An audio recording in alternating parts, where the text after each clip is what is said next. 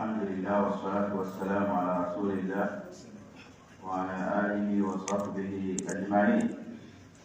أما بعد أوصي نفسي وإياكم بتقوى الله.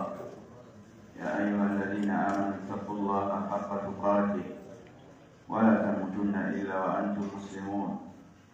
يا أيها الناس اتقوا ربكم الذي خلقكم من نفس واحدة وخلق منها زوجها وبث منهما رجالا كثيرا ونساء واتقوا الله الذي تساءلون به والأرحام إن الله كان عليكم رقيبا. يا أيها الذين آمنوا اتقوا الله وقولوا قولا سديدا يصلح لكم أعمالكم ويغفر لكم ذنوبكم ومن يطع الله ورسوله فقد فاز فوزا عظيما. Darasa ya tafsiri matuegiriza makuruge bigambo bya Allah subhanahu wa ta'ala ebiri mu Qur'an ekitiibwa. Tuli ku sura Takwir, twagimaliriza okugivvuunula kati tuli mu kujja mu byakuyiga. Ebyokuyiga twabikomeza mu aya egamba nti wama sahibukum bimajnun. Iyo twagimaze siweki sahibukum ni ani bagamba sahibukum Nabi sallallahu alaihi wasallam. Lwaki Allah yakozesa sahibukum okwongera okubalumiriza nti era ekyo kyakuyiga mu aya omuwandiisi nti aya erimu okulumiriza abatakkiriza Allah subhanahu wa ta'ala abali ku mulembe gwa Nabi sallallahu alaihi wasallam ngebalumiriza ki jeno Qur'ani jemulaba eyakka ku Muhammad sallallahu alaihi wasallam ntuufu, tolinawo osinziira kugiwakanya yadde kulaga nti nfu olw'ensonga yakka ku munnammwe, yakka ku munnammwe. Kyalibadde kyawukanako n'okujja omusajja gye bamugye n'agwa mu b'e Makka n'abagamba nti ndi mubaka, ng'omusajja alina ebirevu, alina emyaka 40. Awo buli kitemerero kyonna kyalibadde kimugwana. Sebo omaze okusoma kwa Seeka kati ojja wano okwewalirako nti oli mubaka wa Allah, kubanga tebamugira ati tebamumanyi. Naye ono yali amanyikiddwa nti yazaalwa gundi, Amina ye maama we, yazaalwa Abdullah ye taata we, yakulira wa gundi. Obitegere tasomangako benini ab'e Makka be bakimanyi, gwe toyinza kimanya kati ali eti nga naye woona omanyi omwana wano mu Nnyendo e Masaka. Kati Allah yali abalumiriza. Ekirala kyetwiga mu aya eyo twabimaze naye kati kanyongere ebimu bye twawala. Ekirala kyetwiga mu aya eyo okubeera ne munno gw'omanyi kyengera, ng'akumanyi naawe omumanyi kyengera. Era omuntu okubeerawo ng'ali bwannamunigina talinayo munnamumanyi, oyo naye ali kubala, ali mu kizibu. Omuntu bw'awangaala ng'alina munne bwe bamanyiganye kiba kyengera, kubanga buli omu asobola okuwakanira munne. Sitegeeze nga munne omu muyaaye ate n'omuwakanira. Ntegeeza ng'oyo munno naawe muli basajja batereevu mu ddiini, mwemanyi, temulina biki, temulina makoona. Bw'obaawo akazi akaagala okugasaanyaawo, buli omu awakanira munne ng'ate kyawakanye kiki kituufu. Kale mubeerengako ne bannammwe abategeera namwe bakutegeera. aya yatuyigamu ku mulembe guno nti kyalibadde kirungi nnyo abantu ne babeeranga n'obwesigwa mu bannaabwe be bamanyi akana n'akataano. Bw'olabanga munno omwana w'oku kitundu, omwana w'oku kyalo akuze ng'omulaba, bw'olabanga ate abeebweru bakusingira oyo, omanya naawe oliko pulogulemu. Omwana w'oku kitundu Allah amusunsumuddemu mu byensi, agenze mu gavumenti, afunye omulimu omulungi. Lwaki tomwenyumirizamu? Lwaki tomwenyumirizamu? Kubanga munno omwana w'oku kitundu, mutabani wammwe oba muganda wammwe asumuseemu, agenze n'asoma n'asukkuluma. Lwaki tomwenyumirizamu? Bw'olabanga ababo tobenyumirizamu. Olw'ebyo bye bali Allah byabafudde, omanya oliko pulogulemu. Wama sahibukum bimajnun. Kiki?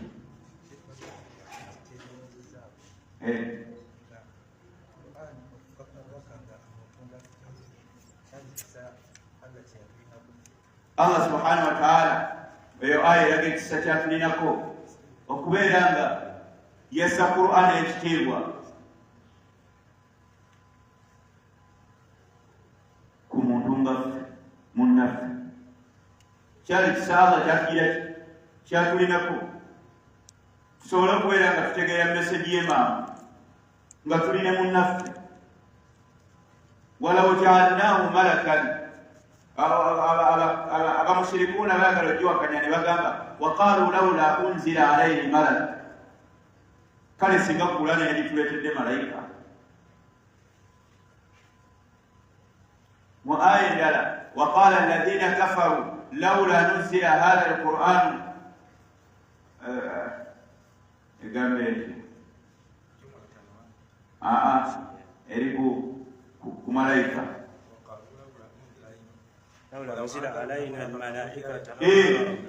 وقالوا لولا أنزل علينا الملائكة أو نرى ربنا. Singa kale malayika zezisikaze gye tuli twandikiriza nga tebamanyi nti okubeera nga bakutumira omubaka atali waamu ggwe kiba kimaze okukwanguyiriza okugoba meseji ne bweba ntuufu n'obutagyesiga. Tutegereze Allah subhanahu wa ta'ala natugamba mu aya eddako walaqad ra'ahu wama sahibukum bimajnun walaqad ra'ahu bil ufuqil mubin. Munnammwe oyo yalaba Jibrilu mu bwengula obwewe. Yetwiga mu aya ekisooka Qur'ani yakka ku Nabi sallallahu alaihi wasallam ng'agireeta gyali malayika Jibrilu. Namba 2, malayika Jibrilu yajjiranga Nabi sallallahu alaihi wasallam mu bwamalayika nga bwali, so teyamulabanga mu biki, mu birooto, kubanga Allah agambye walaqad ra'ahu, yamugireti. Singa kyali kirooto teyandigamye nti yamulaba. Ekirala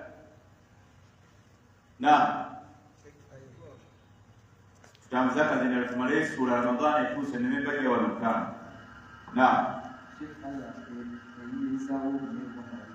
Obuki?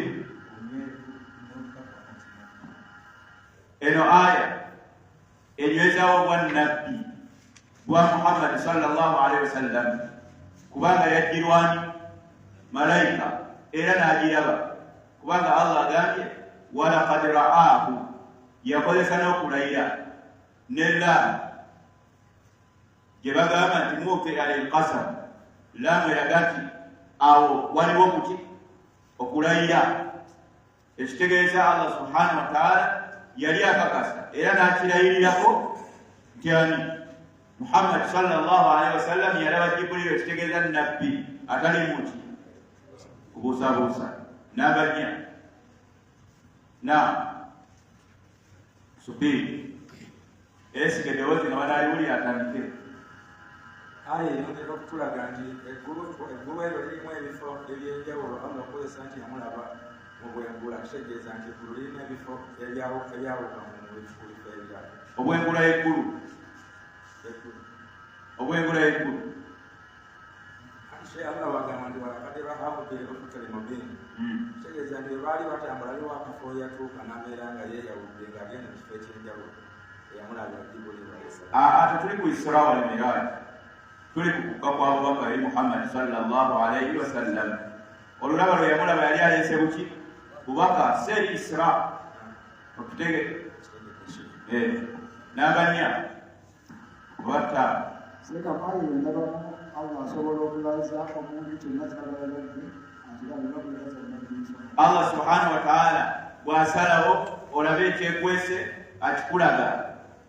Yensonga nti Nabbi sallallahu alayhi wa sallam yalaba Jibril alayhi salam ate nga abalala tebamulaba. Bitegerekese. Namba 5 oba 6. Naam.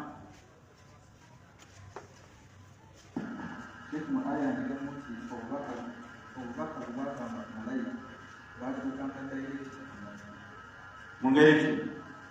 kubanga bwe yajjanga yamulaba.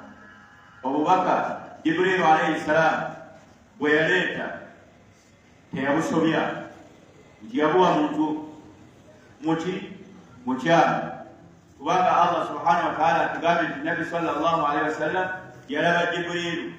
Kitegeeza bw'aba yamulaba yoyo yennyini eyali atumiddwako obubaka babumuwe. Bwe bakatumwako obubaka babumuwe teyalaba ani? Jibril. Namba endala kikakasa obunywevu bw'ebigambo tebyali bya bubaka. Kikakasa nti ebigambo bya Qur'an abantu bali balowooza byali. Eyo aya esaanyawo ebigambo by'abo abalowooza nti Qur'an ekitiibwa bigambo bya Muhammad sallallahu alayhi wa sallam yabyogera oba yabisoma oba amajini ge gabimuwa. Olw'ensonga Allah atugambye nti yalaba Jibril ng'amuleetedde obuki obubaka, nekitegeeza ti Qur'ani si bigambo bye. Singa byali bigambo bye ate Jibril ayingiriramu wa. Namba endala. Naam. Aya erimu ekitundu ky'okulaba kisabbeeyi. Aya eno eraga nti ekyengera ky'okulaba kya bbeeyi. Yensonga lwaki Allah subhanahu wa ta'ala mu kwongera okunyweza Jibril okubanga yakonekitinge ku nabbi yakozesa ekitendo kyaki ky'okulaba walaqad ra'ahu yamulaba. Era okwongera okutulaga nti okumulaba kwe tekulimu kubuusabuusa, kubanga kyolabye n'amaaso teri ayinza kibuusabuusa. Era bagamba nti laysa al-khabaru kal-muayana, nti okukunyumiza amawulire tegafaanana ng'agize eki alabyeko. Namba endala. Seka aya yandagamu enkizo ya Nabbi Muhammad sallallahu alayhi wa sallam. Enkizo mu ngeri ki? Aya eriyo yonna byabonako mu Qur'an ekintu kyonna kyayogera kiba kyankiiro. Wani? Aya ekintu kyonna kyayogera mu Qur'an kiba kyankiiro. Jibril yasinga nga malayika point kibwana gitereze. aya erimulimu okwekitiibwa ne Muhammad sallallahu alayhi wa sallam. Allah yamwogeramu yamwogera. Allah subhanahu wa ta'ala yawa ekitiibwa omubaka alayhi salatu wassalam kubanga yamwogerako nga tayogedde linnya lye. Ekyo kiraga kitiibwa.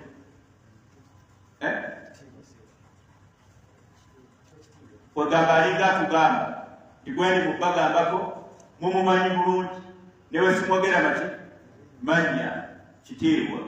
Namba endala.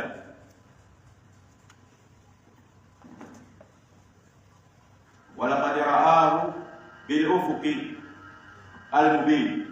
Aya eraga nti yenna n'abeera okuba alina okumala okukkibwako okuba. Kati poyinti eri nti bonna beeyita ababaka ku ndeebe. yenna tusooka okuba ku kyobubaka tukiveeko tugende ku kya nabbi kubanga omwo temuli buki bubaka yenna aya eri mukutulaga olabira kuki nabbi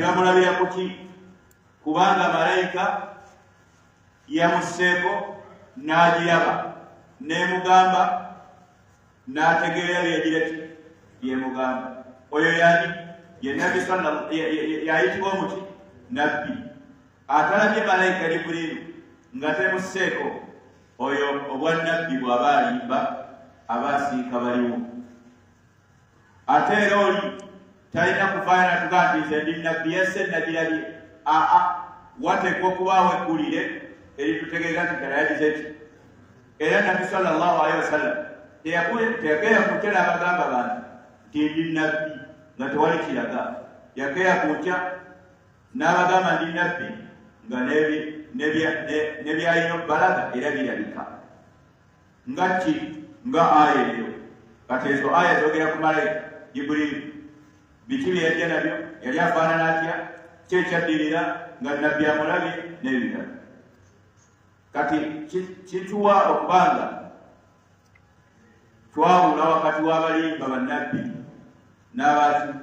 n'abamazima abamazima be baliwa be babakiddwako Jibrilu bakoma tekyali Jibrilu wokka Allah yagamba ma kana Muhammadun aba ahadin min rijalikum walakin rasulallah wa khatama an-nabiyyin yasemba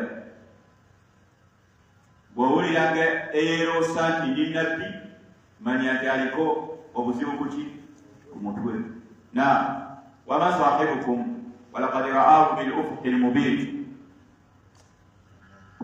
ra'ahu bil ufuqi al-mubin ndabamu obusobozi bwa malayika okuyita mu bwengula Allah subhanahu wa ta'ala yayambuyisa malayika mu kukkirira n'okwambuka obuki obwengula weyagalire wegireki wekkirira tefuna buzibu bitegereke kubanga nabbi yagiraba bil ufuq mu bwengula al-mubin obuki obweyolefu Allah yagiwa obusobozi obwetalira muki mu bbanga na kyendabamu nti malayika teyajjira nabbi Muhammad sallallahu alaihi wasallam mulundi gumu mu bulamu gamba yamuddingana okujja ekifaananyi kya kiriya kola nti amulabye emirundi mingi ofuna ekifaananyi kyekituufu kugamba tamulabye mulundi gumu azze amuddingana lwayita omubaka akola kigamba ekifaananyi kyabidde ddala ne bakikunyonnyola osobola okukola kitegeera kiri mu aya moja mnawezekana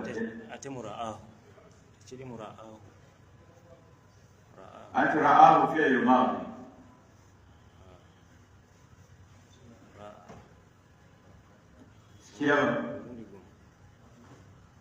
kiraba kitugenda kitwala wama huwa ala al-ghaibi bidhanin nabbi sallallahu alaihi wasallam kububaka bwa Allah bwe yamussako Qur'an tabangako nkodo number 1 tabangako muti mkodo aya tukuza tafsiri ya kuzi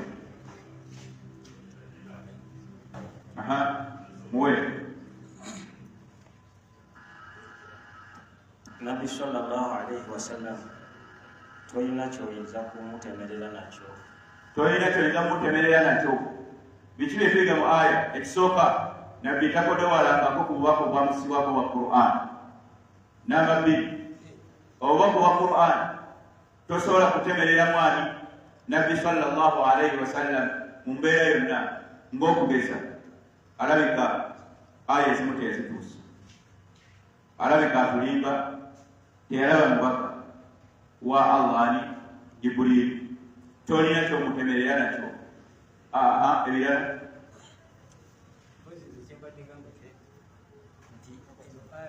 omwaka zinala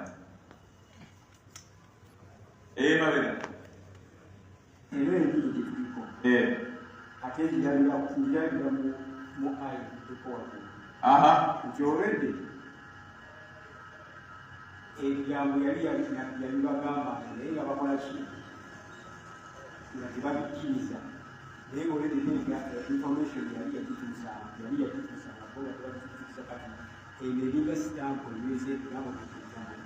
kitegeeza mubetufuna mu aya eyo eyongera kulaga nti Qur'an ekitiibwa ntuufu kubanga Nabbi sallallahu alaihi wasallam yagigodowalira.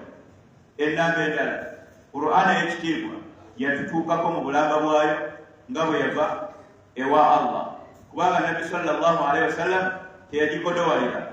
Namba 5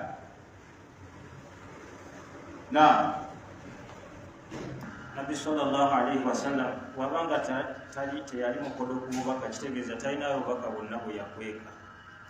Nabbi sallallahu alaihi wasallam teyakweka ku bubaka bwamusibwako. Olaba ne aya ezaalinga zirimu okumunenya ku nsonga yonna gy'abakoze ng'eyawukana n'esinga okuba entuufu.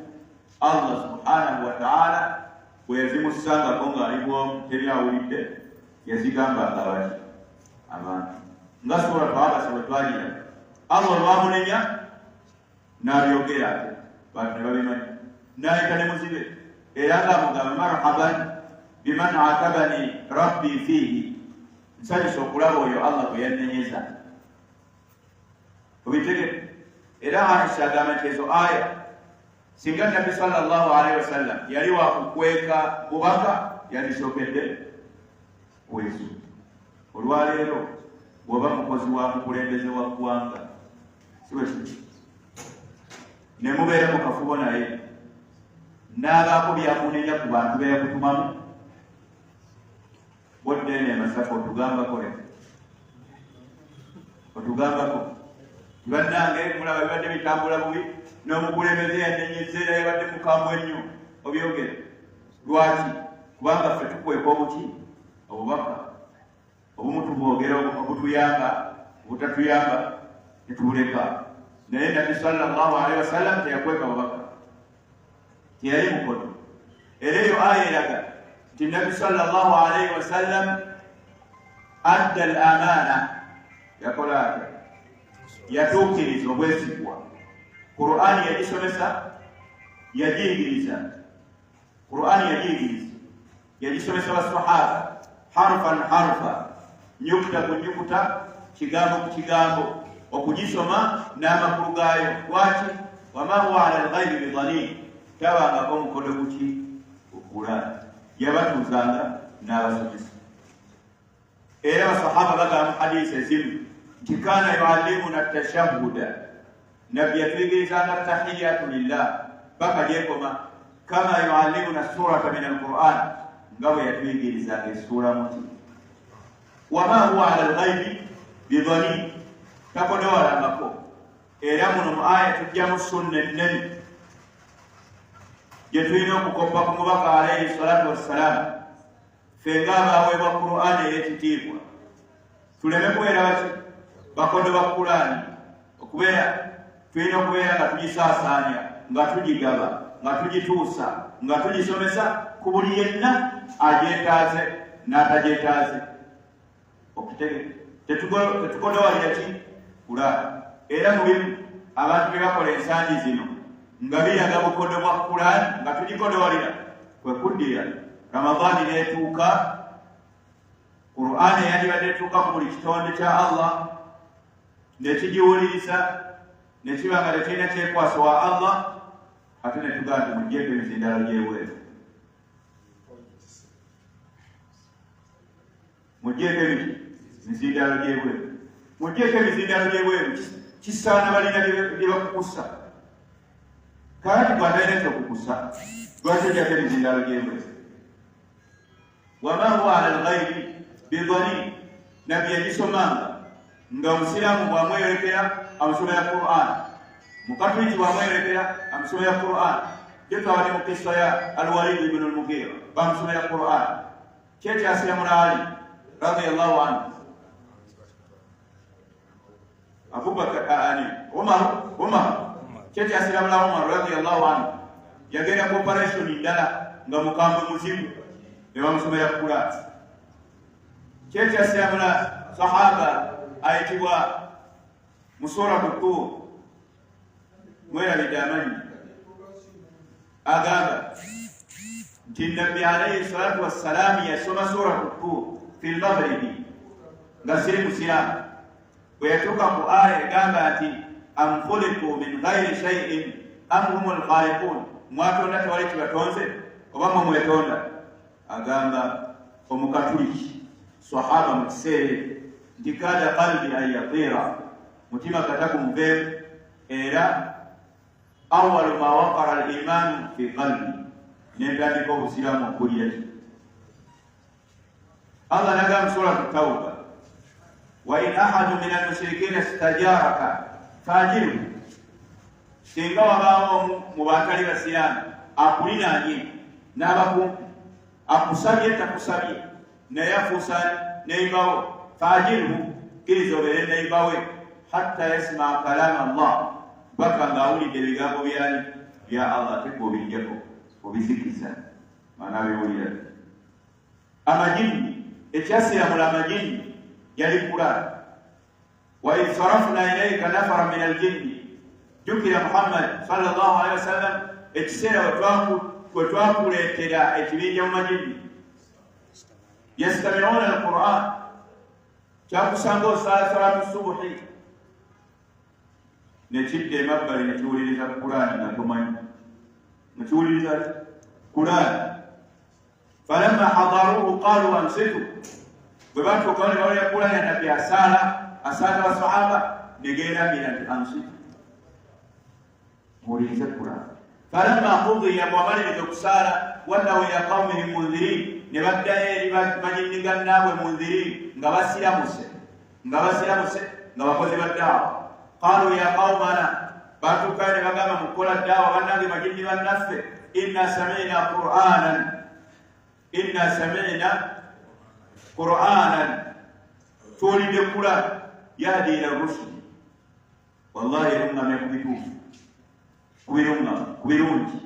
Fa amanna bihi, ne tugikkiriza.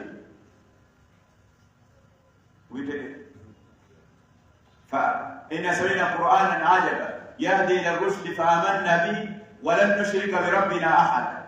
Tetugenda kudda mukola shiriki, byawulira ki Qur'an.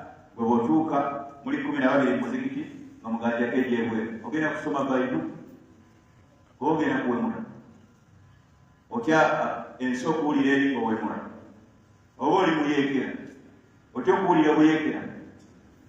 Ta Qur'an yaafe egende wati mu bantu bawulire Qur'an, baleme kwekwasa tufe tetwamanya nti waliyo Qur'an. Nabbi teyali wa ma huwa ala alghaibi bidhanin, takodowalangako okumanya omusomi wa Qur'an, takodowala. Ne bwasanga omuyizi gwasomesa n'amugamba sheekhe nsomera mu Qur'an, akakatibwako musomera, akakatibwako kutandikirawo a'udhu billahi minash shaitani rajim, mudowooze tuuti n'atandika omukafira. Lwaki? Omuntu Allah bwe yawa Qur'an tabeera muti mukondo ku Qur'an, itegerekese. Kakati ate mwenna abali wano Allah yabawa Qur'an, temubeera abakodo kuba talina Qur'an, itegerekese. Kyalina ekibuuzo ku kyotugambye, abatugamba nti tetugiteerako mu public, batugamba nti abamu babeera tebagiwuliriza nga tokibuuliza ng'ensoma kiri kompalusa. Kasita bagambye nti abamu, ate abalala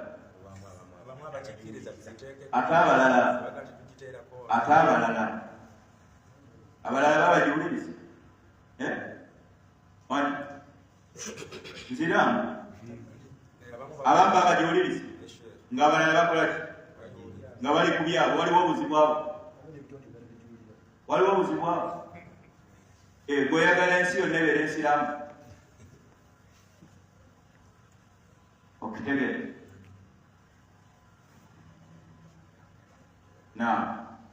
Wama huwa ala alghaibi bidhanin, aya wana nabbi alayhi salatu wassalam esitula ekitiibwa kye, era tuyigamu nti yenna abakwasiddwa obuvunaanyizibwa toteeka mu nkwawa zo, tomegulirako abantu bubawe bonna, kubanga tekikakatako. Bonna bamegulirako kitegeeza oli muki, oli mukodo kwebyo bye bakuwadde. era na buli yenna alina erimu kubanga erimu ye Qur'an hadithi buli yenna alina erimu asuubirwa kuwaayo tasuubirwa kukola kodowala buli yenna alina erimu man su'ila an ilmin fakatamahu uljima birijami min nari jahannam abuuzibwa erimu n'agikweka wakukolebwa n'enkolero za jahannam إن الذين يكتمون ما أنزلنا من البينات والهدى من بعد ما بيناه للناس في الكتاب أولئك يلعنهم الله ويلعنهم اللاعنون أبقوك الله ليسا لا كما ذنبين أولئك يلعنهم الله وقلبنا ويلعنهم اللاعنون نار كما نبقى قلبنا وذا قال لهم سجل يسمى تكسمسا أريد من توابيكو إلم آية قاباتي ويمنعون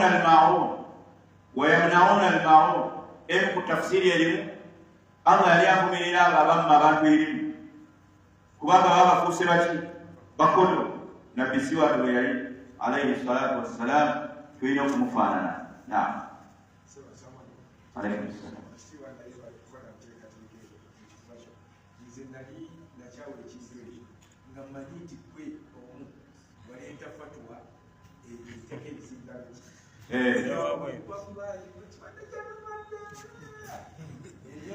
nsomo kubagana tefatwa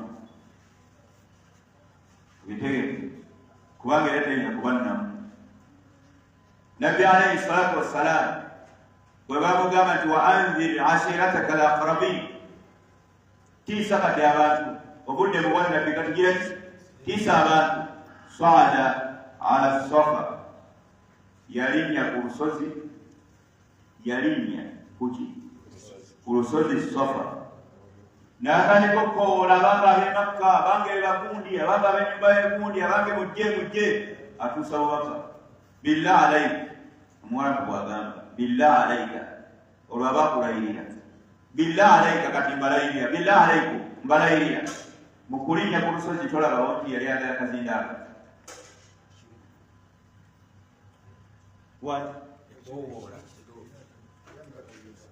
bwe bamugamba tuusa message Allah yamusizza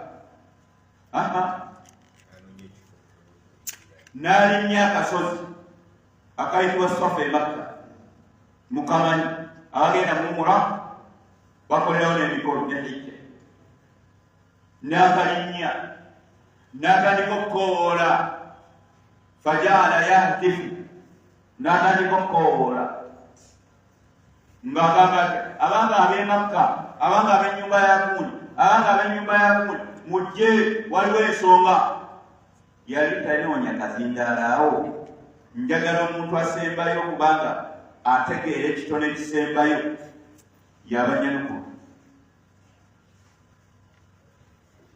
nziremu sigamba mummwe nti oli abayo esembayo kutegeera ekitone njagala omuntu asembayo kutegeera ekitone nnyo mu nsi eno yabanyanukula hadithi eri mu Bukhari yali tanoonya kazindaala wantu yali anoonya kuwulira baki kitegeeza kwalina message eyabeewa Allah linnya akasozi teekako emizindaalo kanna waliwo obujulizi nga nabwo bwagala obwo ne bukula oyagala kutegeeza bantu ebyava ewaani ewaawo kate ng'ogamba nti kadyeko oba oliko pulobulemu oba oliko pulobulemu ku lulimi olwange ate abagamba ekyo ate abo sibawulirangako mu nsi mwe tetwagala yagireeta tetwagala yagireeta naye ekikulu yagireeta yaleeta ekikulu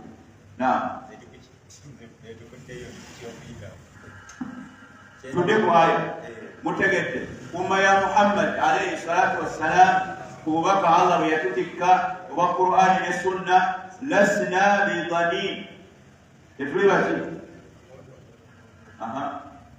tetuli bati bakodo tubigaba kashi kutubegende maaso nga Joseph awulire amanye nti bw'alifa n'asisinkana Allah talina kyekuwasa ate tuba tubavuma abatera okutya atya ebyo yoyo yekka ng'amanyi byayogera si bya buvunaanyizibwa baba ni mukusomesa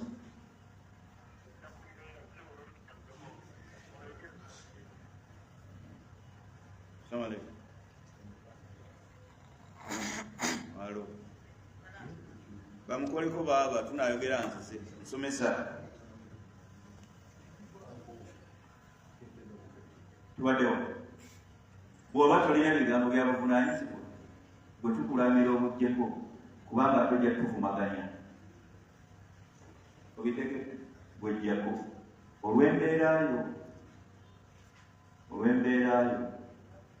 nti bw'onaatandika okwogera bw'osumulula buli kyolira kyoyagala tweyogere wama huwa ala lghaibi bidhanin waliwo abadaleeta naam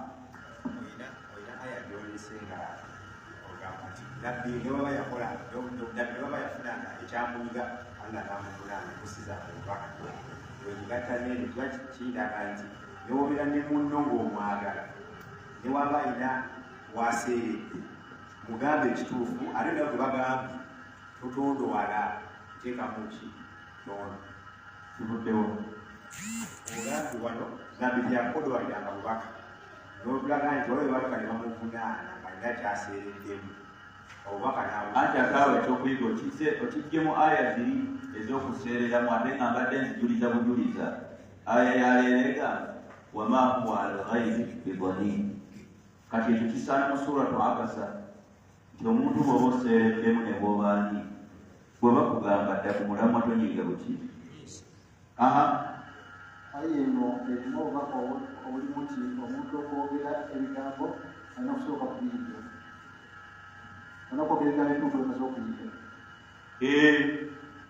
aya eyo bwegikwatagana neyise bakulaga nti ebigambo olina kusooka kubifuna nga byesigika ebyo byebikukakatako obutakodowalira Jibril we yajja eri Muhammadi sallallahu alaihi wasallam nemuletera Qur'an ey'ekitiibwa yali yesigika Qur'an ekyaddirira kyali ki teyaddamu ayimini teyakola teyabikodowalira bw'obanga n'ebigambo nga bikakafu bigabe tokodowala tobikweka oba okwesa ekituufu neweeba ndagaano nga nakola endagaano ne mugula nga nguze poloti ye obukadde bumeka nga gwaliwo olwokuba nali nesiga mugula nengamba tyankwesiga kasita ombuziisa niwe tutakola ndagaano oli munange kyekale nga gwoli owulira okitebe emyaka wayiteena mugula nagamba atya tabirya nakulya aleeta omuguzi namukulita namukolera endagaano luli yakuguza buna kati amulya muguza abiri ekidirira ki kusanga muntu mu polotiyo ate owaali kiki kiwano wange mugula yaguza ti nange wange mugula yaguza nga temugenda wamugula nga mugula agamba ti musiraamu tya Allah mugula yagamba tya Allah nakuguzaako ti musiraamu totya Allah waguza nga ne gundi waali netulagana emiliyoni 4 nezikuwa netugamba newe tutakola ndagaano nogamba musiraamu mu nsi waliyo kyebagula ate endagaano leeta endagaano bannakuza abantu ababbi bwe bayitaawo kati gwe bw'osirikira gy'osirikidde n'erimu eyo mugula n'akuwulita n'omusajja mu kkooti ng'osirise wabula ate bw'osisinkana mugula bwe weesesa bw'osisinkana nze bwe weesesa bw'omutolera salaamu bw'otolera salaamu gwabasinga okuba omukyalo kubanga olina irimu enkakafu ogikodowalidde eno kiswa kanisembyeyo singa bakulenderekeza mpozi z'obubbi mu nsi eziriwo kale weewuulye waliwo omu bakodomi bange yafunamu obudakkaanya ne mukyala ne bakkaanya batunde we bali omukyala bamuweeka ekizaali eki n'omusajja akulanigeri ne bagenda ew'omusajja naye ng'omusajja famire agimanyi musajja famire agimanyi ono abaali batunda omusajja nga tayagala ate omukyala amanye nti ono yagula ebintu byabwe ne basala abagende n'amugamba ono omusajja atunda mbadde saagala maama gundi amanye nti gwagula tukoze tutya kati bambi oli agula naye na kwesigamana ngaba tewali buzibu tuteeke mu mannya ga Yozefu Ssegirinya kale nga bamuwa sente nga bakola Yozefu Ssegirinya muguzizza puloti yange erimu n'ennyumba kwata endagaano jjukira oli si ye Yozefu Ssegirinya obitegeke nga bakwata sente nga baziryanga bwe bayagala bombi babiri abaki abafunzi myaka ne wayitanga pulasi nga tebeddizaawo nga beddizaawo bati kya wano waffe mukyala gwe bayitiramu wano waffe bannange nagulawo nabagulaku kya baleeta omusajja eyatunda agati naguza ntya leeta endagaano nga kuliko Yozefu Ssegirinya batuleetere Yozefu Ssegirinya tulabika gwe twakuza naye gwe kikumanyi nga yali abadde mu nsi eno wenjogere omusajja ye yafa eyatunda omukyala bwali nnyo mu maka kakati baganda bange nze bwe bandeetera nze bwe mba kati mu kkooti nga nze nsala ne bandeetera ekisampo z'ababbi abafaanana bwe bati nnyinza okumuwa ekibonerezo ekisinga eky'omutujju kubanga abantu abo ma aktharahum tewali abasinga bungi kati mu nsi tewali abasinga bungi mu nsi baba bamikwano baba bayimaani baba baluganda naye musiraamu towugukanga lwabuntu buki butini itegereze wama huwa ala lghaibi bidhanin wama huwa biqawli shaitani rajim Qur'ani si bigambo bya shaitani tufunamu ki Qur'ani ekitiibwa bigambo bya Allah kubanga Allah agambye si bya shaitani era tubigambo nti Nabbi sallallahu alaihi wasallam Qur'ani tewali yagimusomesa atali Jibrilu nga batakkiriza babagamba mu suratu Nahli walaqad na'lamu annahum yaquluna nga Allah tunyumiza kubo ti walaqad na'lamu annahum yaquluna innama yu'allimuhu basharun tukimanyi bulungi nti abantu abo bagamba nti Muhammad yayigirizibwa omuntu ye yamusomesa Allah n'abagamba lisanun ayegame walaqad na'lamu annahum yaquluna innama yu'allimuhu basharun lisanun lisanun ladhina yulhiduna ilayhi a'jamiyyun wa hadha lisanun arabiyyun mubin bwe kiba nga yayigirizibwa omuntu asuubiramu lulimi lulimu abitege si bwe kiri naye no Qur'ani lulimi luwarabu olunyenyefu mutulageemu ebitege teri muntu ayinza kuleeta Qur'ani efaanana bwe okulaba Qur'ani si bigambo byani bya muntu yadde amagini era tufunamu nti shaitani eyogera naye erina ebigambo byayo esobola okubiwa omuntu n'abuzaabuza bati abantu yensonga lwaki Allah yakijja ku mubaka alayhi salatu wassalam nti ye talina bigambo bya shaytan bitegerekese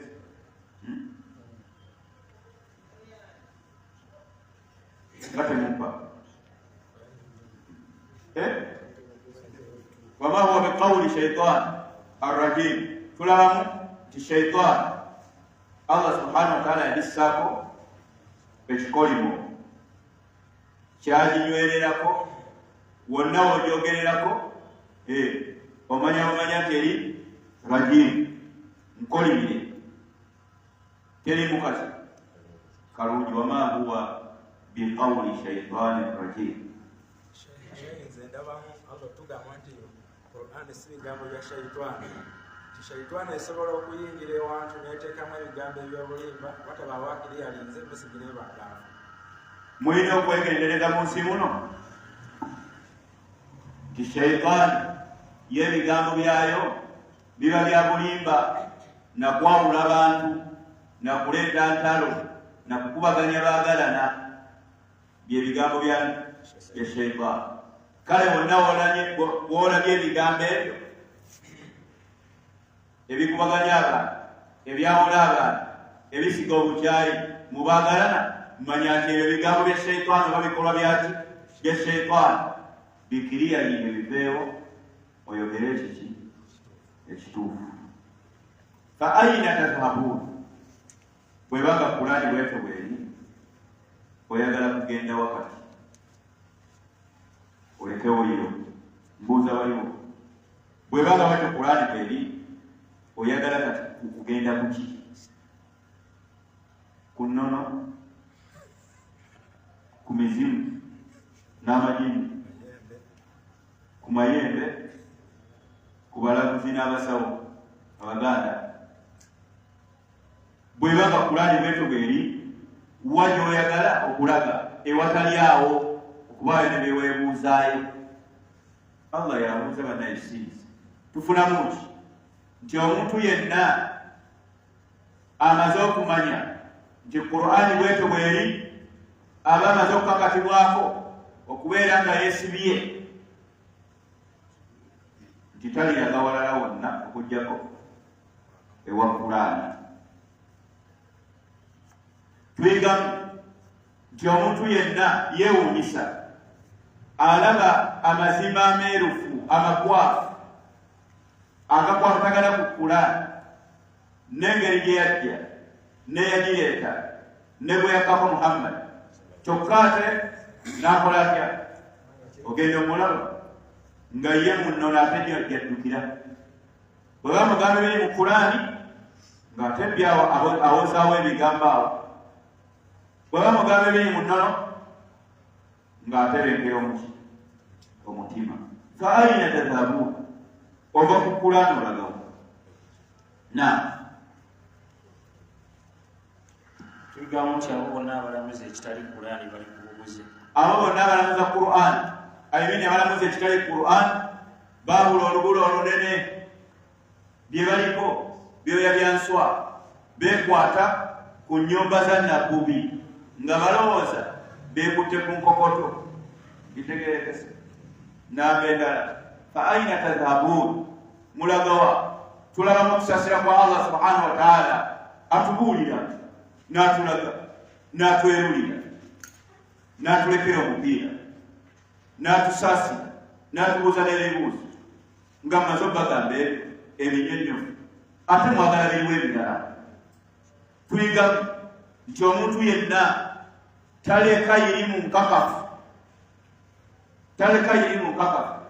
kugenda ku irimu ebusibabusiba tuyigamu omuntu talina kuleka irimu nkakafu n'agenda ate ku byoya byaki byenswa ebbanga lyonna wettanire nga wali kumanya kunywevu na kukakafu okumanya okukakafu kuliwa wano Qur'ani ekitiibwa tebagivaako kugenda ku irimu ndala omuntu yenna yandibadde abuuza mu nsonga ze ezimukwatako nga ye n'abantu be n'ensi ye ne famire ye ez'ensi n'ez'eggulu abuuza kimu Allah yagamba ki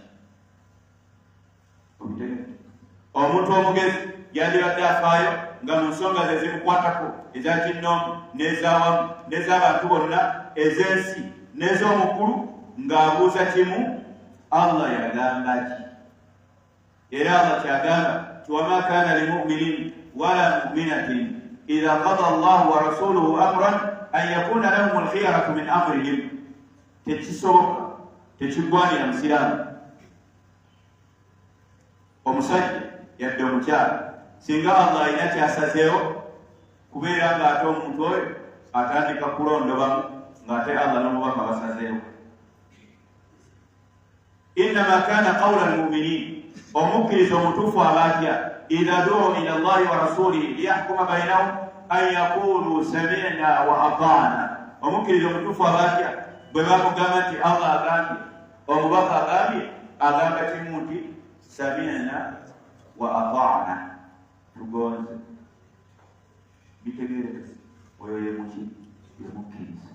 Kakati abantu baseeka nga babalengeza buwangwa bali wakyama, bali mukwanukula abantu abalina erimu enjwevu nga babanukula bali besigama ennyumba zaki zannabubi.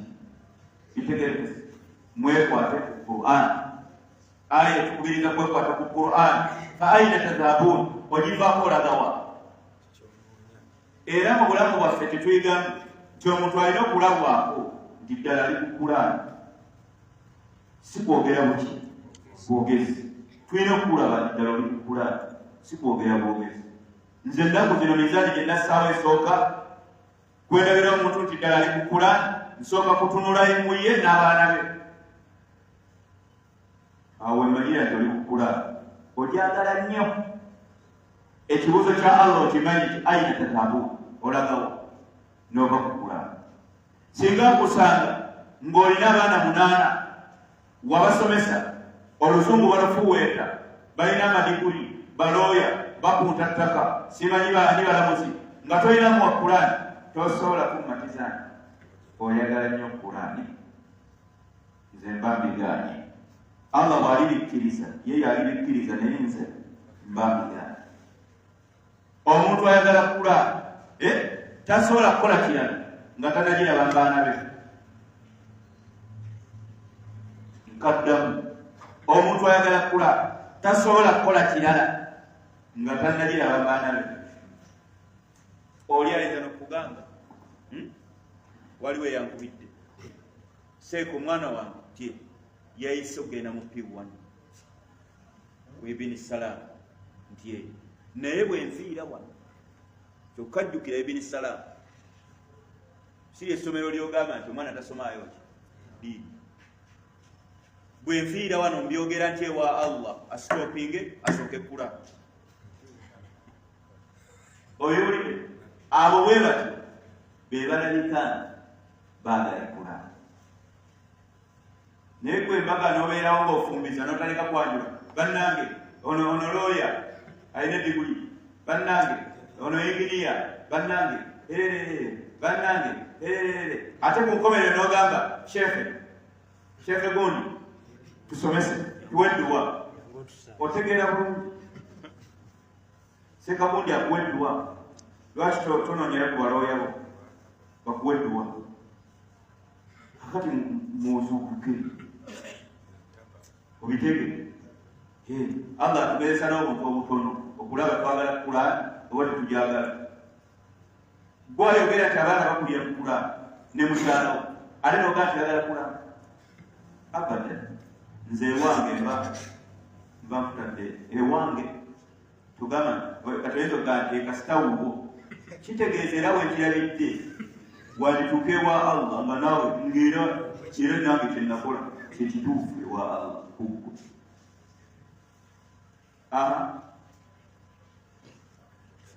فأين تذهبون يا أصحاب القرآن؟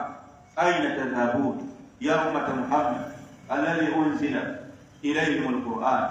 أبا كموين أبا كمينة محمد صلى الله عليه وسلم أبا قراني بيكامون غيامون أين تذهبون؟ ملغوا مجفاكم ملغوا أفحكم الجاهلية يبغون mwagala kulamula kwaki kitamanyike ekiba kibalamula ayina tazaabu afa bilbakili yuminuun wa bini'matillahi yakfuruun. Mwagala kukkiriza bifu ekyengeraga kyawe ekya Qur'an ate mukyo mukiveeko ayina tazaabuun. Oyo Allah we yagamba fa ayina tazaabuun. Kakati singa nkwasa akazindaalo bonna abaliwa nembaga mwanukule Allah munatuwa asaki nondeyo gwasizona akazindaalo.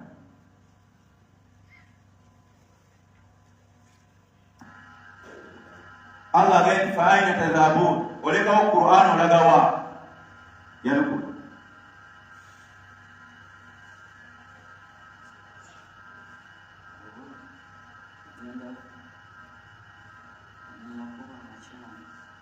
naye ng'olina akazindaalo ng'oli musajja n'oyogera bwoti naawe mbasi kutadde emabega kampeere woli.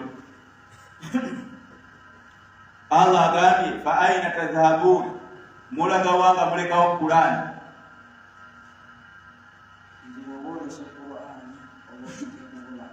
Wobolese Qur'an gyolaga tewali ye ansa. Wobolese Qur'an gyolaga tewali gwali mukweyimba. Fa aina tadhabun in huwa illa dhikrun lil alamin. Mazima Qur'an kijjukizo ky'ebitonde amajini n'abantu bejjukiza nakyo. Bw'oba oyagala kwejjukiza mu byanfuna buuza Qur'an. Bw'oba oyagala kwejjukiza mu byanzikiriza buuza Qur'an. Bawasa batya? Ani gwe bawasa? Ani gwe batawasa? Obuuza tosoma katabo ka Buganda. Obuuza Qur'an. Okitege oyagala byaki bya bulamu obuuza Qur'an. Oyagala byaki bya dini obuuza Qur'an. Oyagala byaki bya mpisa buuza Qur'an. Oyagala byaki buli kyoyagala buuza ekujjukize. Ate oba kujjukiza jjukira tewakala kubanga olwo fa aina tadhabun owakana oyagala kulagawa owakana oyagala kulagawa kijjukizo n'abawala Qur'an ekitiibwa. Qur'an ekitiibwa si abasiraamu bokka y'abantu bonna. Qur'an ekitiibwa si abasiraamu bokka y'abantu bonna omuli abakkiriza n'abatakkiriza amajini n'abantu. Huda linnas bulungamu bw'abantu bonna. Kakati mmwe mujjeeko obulungamu ku bantu bonna mubwesigalize wano. Mmwe mulimanyi temuligamba Allah ng'abantu abo babesibako. Kyono twamulabanga kuyingira mu muzikiti nga tetumanyi byakolayo anti bwe yatuukangamu mujjeeko emizindaalo. Huda linnas Qur'ani y'abantu bonna okitege wabula abeegasa nayo bantu babati bakkiriza nga Allah bwe yagamba huda lilmuttaqin bulungamu bwabati bebeegasa nabo bwe bamala okuwulira nga baga ekyo nkitadde be bakkiriza. Naye bali abalala ne bwagiwulira sigala akola biki naye nga mwe muli obulungamu bwe aganya okujjaku ekirala mwejjukize ne Qur'an ekyo byakubiriama ndaba nti gana amawulire oba ogatuusa ku bantu obalekerawo byokulowooza kuki kuwa gye balaga balowooze ku bye babadde bakola negana amawulire agababuuliddwa babirowoozeeko si kubeera tebafumita bufumisa ebigambo byapaka batunayi. Allah atunyonnyodde ku Qur'ani mu aya ezivuddeko emabega ate n'atunyonnyola ku Qur'ani mu aya eziseeko mu maaso. Kyokka ate eyo wakati ng'ebuuza fa aina tadhabun omuntu mulekereyo ekibuuzo mulekereyo tayimu alowooze wa gy'olaga ewatali Qur'an asooka alowooza kati awo sooka omubulire ebyafa ku Qur'an yakka etya ani yagireeta obukakafu bwayo yakka ku Muhammadi oluvannyuma omubuuze fanya tadabu olagawo ekitali Qur'an akuwe ansase ng'afumiitiriza ku byomugamba ate bwemala omwongere ebikwata ku Qur'an ekirala aye tubasaako amajini n'abantu tulina okusoma Qur'an tulina okumanya Qur'an Qur'an tulina okugimanya aye etukubiriza kumanya Qur'an kubanga Allah agamba in huwa illa dhikrun lil alamin kijjukiza ebitonde kakati kwe toli kitonde wani mubali wano waliwo atali kitonde Qur'an ekujjukize nga tomanyi kisoma mu nsi emu abatamanyi kisoma oba wano tebaliwo bwe muba nga wamuli abatamanyi kusoma Qur'an njagala ombuulire Qur'an ekujjukiza etya mbadde nsaba nfuneyo agamba nti sigimanyi ambuulire ekujjukiza etya baba njala nyenze emisomo giri Qur'an ani atalimanyi wanika totya kale ani agimanyi ani agimanyi kati ngenda kulonda akawanisa ani agimanyi muwanike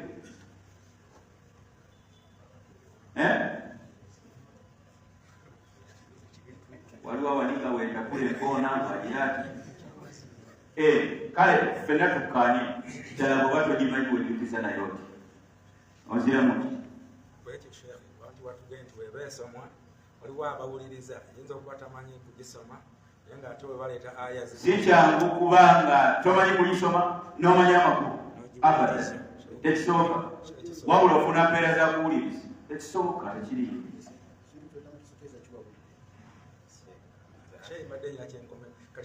kati aya tayimugewedde kankogere osanga omuntu nga yasoma Qur'an n'agitegeera naye nga tagikolerako ng'ate ono tuli ku birala mbuuza kirala towabya ddala sayansi Qur'an ekujjukiza etya nga tomanyi gisoma nze tukkanye nti eno baluwa negibawandikidde eri mu Luchina tolusomangako era tomanyi gisoma nenkugamba weegase nebbaluwa weegasa naye otya nga togimanyi wani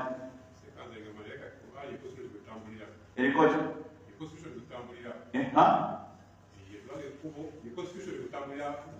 ekituufu yetulaga ekkubo naye ndi mukugamba abatagimanyi abali wano n'abali ku mitimbagano na buli wamu ogifuula otya constitution nga togimanyi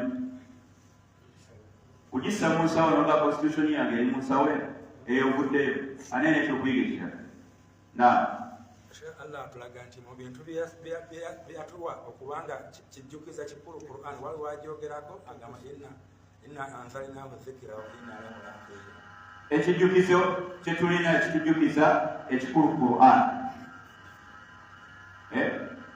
buli we boogera Qur'an wayingirawo n'ensonga za Nabbi kubanga Qur'an tetegeerwa nga tekuliko ti sunna za Nabbi alayhi salatu wassalam tetubeeranga abamu abaganze kasita ekize mu Qur'an kyenkwata ekitaze mu Qur'an sikwata era oba tomanyi Qur'an era oba togikutte na amajini n'abantu bebavunanyizibwa ku Qur'an subi toyogera kazinda atwagala mu aya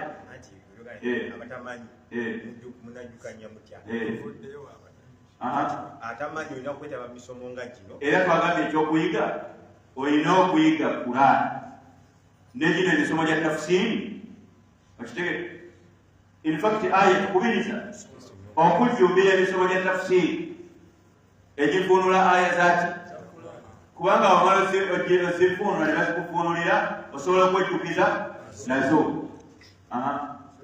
mulimu obukulu bw'ebitonde amajini n'abantu aya eraga enkizo y'amajini n'abantu ku bitonde ebirala olw'ensonga be bavunaanyizibwa ku kyebbeeyi ku Qur'an ekitiibwa si bisota na mbuzi na nkoko liman shaa minkum an yastaqim ate ngambakkoyo nti Qur'an yankizo kubanga emesegi yokka eyajjanga eri abantu bonna Qur'an yankizo kubanga Allah agiwadde wati ejjukisa liman shaa minkum yastaqim nga Allah amaze okutulabula ku Qur'ani ng'era atubuziza mulagawa atugambye ayagala mmwe okutereera ku kkubo eryo erya Qur'ani alireki aterere otufunamu ki ekisooka buli muntu alina okusalawo Allah yamuwa okusalawo akapiira kali mu ngalo ze okutereera kuli mu ngalo zo n'obutatereera kuli mu ngalo zo gwamanyironderawo ekimu ku ebiri gyogira ki gyolaga ye Allah akunyumya ekyokubiri Allah twagalamu kutereera kubanga agambye ayagala mumwe agire ki ekyokusatu Allah subhanahu wa ta'ala mu Busiraamu tatwagala nga tulinnya eno n'eno tatwagala nga tulinnya eno n'eno atwagala tulinnya mu kimu ekigolokofu kubanga agambye liman shaa minkum an yastaqim ekirala Allah subhanahu wa ta'ala yatujjako tetukyalina kyekwaso atulabudde ebisembayo n'atuwa n'okusalawo ekirala Allah subhanahu wa ta'ala alaga nti abantu tebakakibwa abantu bye bakola si bikake nti baali bakaka babikole nti bwojja n'osaala Allah yeyakkaka n'akutondanga bwotyo bw'oli gwe kennyini osalawo era aya eraga nti abagamba nti ebikolwa by'abantu Allah yabitonda n'abibakaka babikole nti omuntu buli kyakola mukake okukikola endowooza ntyama kubanga Allah agambye ayagadde mumwe ayagadde ate teri ayagadde kubagize eki gubakasi ayastaqim wama tashauna illa an yasha Allah wamala Allah okutulaga nti tulina okusalawo yatulaga okusalawo kwaffe kukomawa kyekyokuyiga ekisooka okusalawo kwa buli muntu gwinawe kukomawa kukoma wansi w'okwagala kwani kwa Allah bw'osalawo nga Allah teyasalawo kyosazeewo tekiba bw'oyagala kyoyagala ng'ekya Allah kyeyageera si kyekyo tokifuna kyekyo Allah kyagambye wama tashaun tewali kyemwagala illa insha Allah tekiyinza kubanga Allah teyakyagala ekirala kifunamu kyomusiraamu asaanye aterenkere n'ebiziki zaafuna mu nsi n'ebizibu ebimutuukako n'ebirungi byatafunye mukadde omusiraamu asaanye awangalenga mutebenkevu ku bizibu ebimutuukako n'ebirungi byafuna n'ebyo ebiba bimusubye ebirungi atya ekirungi bwe kikusuba ng'osoma eyo aya ng'ogamba otya wama tashauna illa yasha Allah mbadde njagala nfuuke mugagga naye bikyagaanye kati emyaka 60 kubanga kyenjagala Allah amala kwagala kati kino tannakyagala obeere nga weekubagiza nga owagala oli mutuufu ekibi ekikutuukako omanya nti Allah akigera totemerera bitonde mu bitonde kigundi oyo nakola bwati okitegere wama tashaun eyo aya twagamba eyimirizawo enzikirizayo nnyo bw'oba nga otegedde ti Allah kyayagala kyekiba lwaki olwanoze emabega Allah bwasitudde okukakasiza ti Allah kyayagala kyekigira kyekiba era osiiba mu bibiri aya kyegamba lwaki olwanoze emabega Allah bwasitudde era lwaki oyagala okusitula Allah bw'atanasitula mu makubo gonna g'oba osobola oba oguliridde bantu oba okoze ki oba olina botemudde lwaki olwana ng'okimanyi tewali kibanga Allah tagikize ki lwaki waba okitegedde ogenda ku kabbuli n'oliisawo obugagga ng'ate obugagga okimanyi obwagala naye kyoyagala tekijja kuba nga Allah takiire kale mupereze niya zammwe nangide zammwe kiwatusomesa luli nakikwatamu nnyo kyenayigamu tuga nti okwagala kwa Allah waliwo mashiati kaduriya mashiati sharuiya notugamba nti waliwo byeyagera ngeri yagera n'agera omwezi n'agera enkoko ne zibaawo abantu b'ebyo babitegeera kuba babiraba nga ebigera babimanyi naye yagamba nti basaale basiibe babeera ebyo babigaana. Barakallahu fiik. Banaye mukkirize sura Takwir tugizingezinge bwe tutyo mpolampola Allah atuyigirize nayo ebyo bye tusobodde okuyigamu. Barakallahu fiikum. Tuyingira Ramadan, darasa zijja kubaawo mu Ramadan, anti ofiisi ya daawa tugirimu nnyo, abaali bagitujjamu twagizzeemu tubitegeke newakubadde era mu kiseera bagamba nti tugiguddemu era twagaana era tugirimu. Kati daawa egenda mu maaso. Darasa weziri mu Ramadan, darasa ya tafsiri ejja kuddamu after al-Eid insha Allah azza wa jalla. درس يكباه وصلى الله وسلم وبارك على نبينا محمد وآله وصحبه أجمعين.